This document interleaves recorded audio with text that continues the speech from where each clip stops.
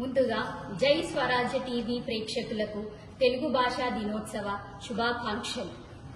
సంస్కృతంబులోని చక్కెర పాకంబు, సంస్కృతంబులోని చక్కెర పాకంబు, అరవ భాషలోని అమృతరాశి, అరవ భాషలోని అమృతరాశి, కన్నడంబులోని కస్తూరి వాసన, కన్నడంబులోని కస్తూరి వాసన, కలిసిపోయే తేట తెలుగునందు, కలిసిపోయే తేట తెలుగునందు అని మిరియాల రామకృష్ణ గారన్నట్లు సంస్కృతంలోని తీయదనం, తమిళంలోని అమృతత్వము, కన్నడంలోని సుమధుర పరిమళము కలగలిపిన కమ్మనైన భాష మన తెలుగు భాష.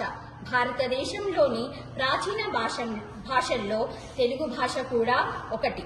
కనీసం 2400 సంవత్సరాల పూర్వం మూల ద్రావిడ భాష నుండి వేరుపడి ప్రత్యేక భాషగా స్థిరపడింది.